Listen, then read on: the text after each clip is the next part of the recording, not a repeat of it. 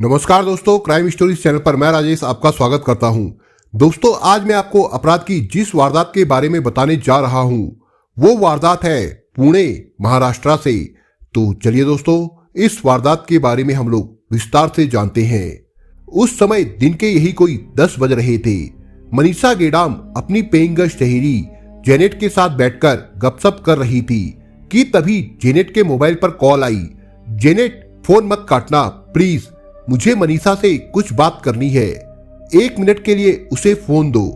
मनीषा, मैं सागर बोल रहा हूँ। मैं तुमसे एक बार मिलना चाहता हूँ, फिर मैं तुम्हें कभी नहीं मिलूंगा। मैं इस समय तुम्हारी बिल्डिंग के नीचे खड़ा हूँ, प्लीज तुम नीचे आ जाओ। उसकी ये बात सुनकर जेनेट और मनीषा दोनों इमारत के नीचे आई और पूछा, तुम यहाँ क्यों आए हो? मैं जॉब के लिए विदेश जा रहा हूँ। ये देखो मेरी टिकट आ गई है। अपने मोबाइल में टिकट का फोटो दिखाते हुए बोला, ठीक है, अब तुम मुझे भूल जाओ। तुम विदेश जाते हो तो जाओ, इससे मुझे क्या? मनीषा ने कहा, पर मेरी एक विनती है मनीषा, तुम मेरे साथ सिर्फ 1 दिन बिताओ। हम कहीं घूमने फिरने चलते हैं। शाम को मैं तुम्हें वापस घर छोड़ दूंगा। हम दोनों महाबलेश्वर जाएंगे। सागर ने विनती करते हुए कहा, क्योंकि इसके बाद मैं तुम्हें कभी नहीं मिलूंगा। तुम्हें यहाँ छोड़ने के बाद मैं सीधे अपने गांव चला जाऊंगा। अपने पूर्व प्रेमी आनंदराव गुड़ाऊ उर्फ सागर की इस विनती पर मनीषा ये सोचकर उसके साथ जाने को तैयार हो गई कि चलो इसके बाद उससे पीछा तो छूट जाएगा। वो उसकी बाइक पर बैठकर निकल गई। सुबह 10 बजे की गई मनीषा जब काफी रात तक नहीं लौटी तो मनीषा की सहेली जेनेट को उसकी चिंता हुई। उसने उसे कई बार फोन लगाया, लेकिन हर बार उसका फोन स्विच ऑफ बता रहा था। आखिरकार परेशान होकर जेनेट ने सारी बातें मनीषा के भाई प्रतीक को बताई। जेनेट की बातें सुनकर प्रतीक के होश उड़ गए थे। प्रतीक ने कहा, ये सारी बातें तुम माँ को बताओ, मैं भी माँ से बात करता हूँ। प्रतीक की सलाह पर जेनेट ने मनीषा की माँ चित्रा से संपर्क किया और उन्हें सारी बातें बताई। ये सुनकर वो बेहोश सी हो गई थी। जब उन्हें होश आया तो माँ ने पुलिस थाने में मनीषा की शिकायत दर्ज कराने के लिए कहा था। परिवार वालों के कहने पर जेनेट पुणे के चंदन नगर थाने पहुंचकर थाना प्रभारी सुनील जाधव से मिली और उन्हें सारी जानकारी दी। तब थाना प्रभारी ने मनीषा की गुमशुदगी दर्ज कर ली।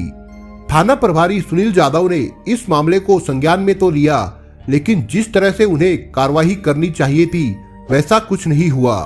पुलिस इस मामले को एक साधारण शिकायत की तरह जांच करती रही। गायब मनीषा की बरामदगी की कोशिशें करने के बजाय पुलिस सामान्य तौर पर मनीषा की तलाश करती रही।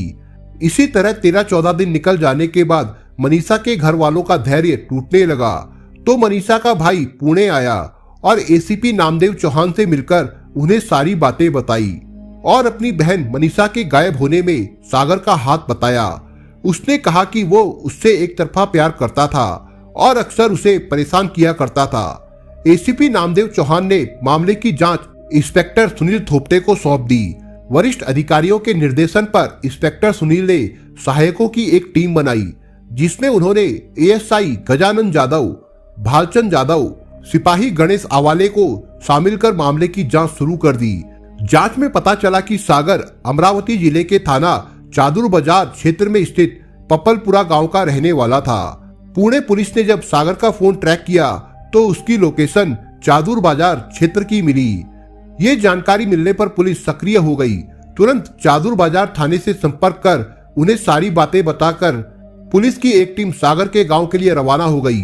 गांव पहुंचकर पुलिस टीम ने चादुर बाजार पुलिस की सहायता से सागर को अपनी गिरफ्त में ले लिया। इंस्पेक्टर सुनील ने उसकी पूछताछ की तो वो पहले तो इधर उधर की बातें कर पुलिस टीम को गुमराह करता रहा, लेकिन जब पुलिस ने थोड़ी सी सख्ती दिखाई तो वो टूट गया और अपना गुनाह उसने कबूल करते हुए कहा कि वो मनीषा की हत्या कर चुका है। उसने मनीषा हत्याकांड की जो कहानी बताई वो कुछ इस प्रकार से थी।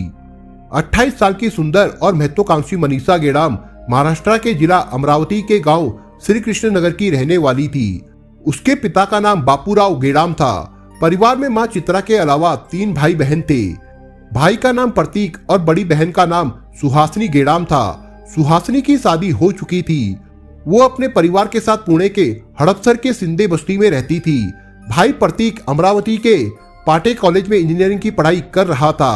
परिवार में प्यार था। पिता बापूराव गेडाम अपनी बड़ी बेटी सुहासिनी से कभी कभी मिलने के लिए पुणे आते जाते रहते थे। मनीषा बीए तक पढ़ाई करने के बाद पुणे के मंत्री अपार्टमेंट विजयनगर में स्थित आईजीटी कंपनी में नौकरी करने लगी थी। वो अपनी एक सहेली जेनेट अमित पार्कर के साथ पेइंग गेस्ट की तरह रहने लगी थी। बेटी की राजदार माँ होती है। मनीषा हर छोटी बड़ी बात माँ से शेयर करती थी। इसलिए मनीषा ने जब अपनी माँ चित्रा को बताया कि वो अपने कॉलेज के एक लड़के सागर बुढ़व से प्यार करती है और दोनों शादी करके अपना एक सुनहरा संसार बसाना चाहते हैं, तो माँ को एक झटका सा लगा था। उन्होंने कुछ सोचते हुए कहा, वो लड़का कैसा है? अच्छा है माँ, मनीषा ने बताया। ठीक है, इस विषय में मैं तुम्हारे पापा से बात करती हूँ। शाम को घर आए पति बापूराव को चित्रा ने जब बेटी मनीषा के बारे में बताया तो वो दंग रह गए, लेकिन करते भी तो क्या, मामला नाजुक था। उन्होंने सागर के बारे में पता लगाया तो उसके विषय में उन्हें जो जानकारी मिली उससे उनकी आंखों के आगे अंधेरा छा गया था। वो उनका दामाद बनने लायक नहीं था, क्योंकि वो शराब सप्लायर के अलावा कई गलत काम करता था। मौका देखकर मनीषा को परिवार वालों ने बहुत समझाया और कहा, बेटी तुम जिससे शादी करना चाहती हो वो संभव नहीं है। क्यों पापा, सागर में क्या बुराई है? मनीषा ने पूछा। बेटी उसमें एक बुराई हो तो बताओ, वो अपराधी प्रवृत्ति का लड़का है। तुम होशियार और समझदार हो, तुम जो करोगी अच्छा करोगी। लेकिन बेटी समाज में अपनी भी कुछ इज्जत और मान सम्मान है। क्या तुम चाहती हो कि समाज में अपनी गर्दन झुक जाए? पिता ने कहा। परिवार वालों के समझाने पर मनीषा ने सागर से शादी करने का अपना इरादा बदल दिया और उससे शादी करने से साफ साफ मना कर दिया था। कहा कि वो अपने परिवार वालों की पसंद से शादी करेगी। मनीषा की इस बात से सागर के तन बदन में आग सी लग गई थी। पहले उसने मनीषा को कई बार फोन किया। फोन बंद पाकर सागर ने मनीषा का रास्ता रोकना, उस पर दबाव और धमकाना शुरू किया। देखो मनीषा, मैं तुम्हें बहुत प्यार करता हूँ। अगर तुम मुझसे शादी नहीं करोगी तो अंजाम बहुत बुरा होगा। मैं तुम्हें तो तकलीफ दूंगा ही, साथ ही तुम्हारे पूरे परिवार को भी खत्म कर दूंगा। सागर के इस तरह के बर्ताव से परेशान होकर मनीषा अपनी बहन सुहासिनी के घर पुणे चली गई। ये बात 2018 की है। पुणे आने के कुछ दिनों बाद मनीषा को एक अच्छी सी नौकरी मिल गई थी। मनीषा की नौकरी लगने के बाद वो अपनी बहन का घर छोड़ जेनेट के साथ जाकर शेयरिंग में रहने लगी और अपना मोबाइल नंबर भी उसने बदल लिया था। मनीषा का नंबर बदल जाने के बाद सागर पागल सा हो गया था। मनीषा का नंबर पाने के लिए वो एक दिन उसके घर पहुंच गया। घर पर मनीषा की माँ मिली। पूछने पर माँ चित्रा ने उसे मनीषा के बारे में कुछ नहीं बताया, तो सागर ने माँ चित्रा को डराया धमकाया। उसकी धमकियों से डरी चित्रा अपने एक रिश्तेदार के साथ चादुर बाजार थाने पहुंच गई और सागर के खिलाफ रिपोर्ट दर्ज करवा दी, जिस पर पुलिस ने सागर को गिरफ्तार कर जेल भेज दिया। उसके जेल जाने के बाद थोड़े दिनों तक तो माहौल शांत रहा, लेकिन जेल से छूटने के बाद सागर का वही नाटक शुरू हो गया था। उसे इस बीच किसी तरह मनीषा की सहेली जेनेट का फोन नंबर मिल गया और वो मनीषा से बातें करने लगा। उसे शादी के लिए परेशान करने लगा और उसे धमकी दी कि अगर तुम मुझसे शादी नहीं करोगी तो मैं तुम्हारी माँ को खत्म कर दूंगा। इस तरह की धमकी से कुछ दिन निकल गए थे। 14 फरवरी को बापूराव अपने बेटे प्रतीक के साथ पुणे में अपनी बड़ी बेटी सुहासिनी के यहाँ गए हुए थे। वहाँ उनकी दोनों बेटियों के साथ महाबलेश्वर घूमने का कार्यक्रम बन गया था। यहाँ सागर ने मनीषा को कई बार फोन किया था, पर मनीषा ने उसके एक भी फोन का जवाब नहीं दिया, बल्कि अपना फोन स्विच ऑफ कर दिया था। इससे नाराज सागर वापस मनीषा के घर गया और उसकी माँ चित्रा से मारपीट की। मनीषा को जब ये जानकारी मिली तो वो अपने पापा और भाई के साथ गांव आई और चादुर बाजार थाने में सागर के खिलाफ शिकायत दर्ज करवा दी। फिर वो वापस पुणे लौट आई थी। पुलिस ने सागर को फिर से जेल भेज दिया।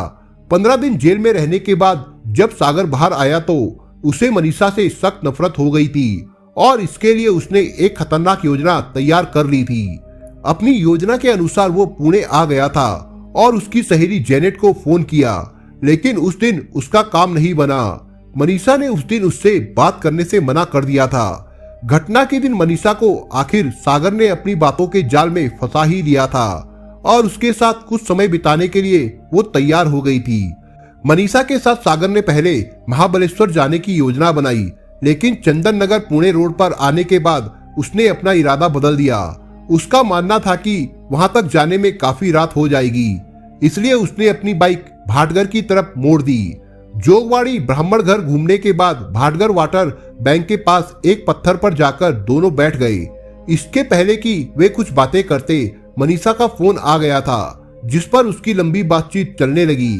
इस पर जब सागर ने पूछा कि फोन किसका था, तो मनीषा ने कहा, तुम्हें क्या करना है, मेरा फोन है। लेकिन सागर कुछ आगे बोलता, मनीषा ने उसकी बातों को काटते हुए कहा, मेरी तुमसे शादी नहीं हुई है जो तुम मुझ पर इतना दबाव बनाओगे।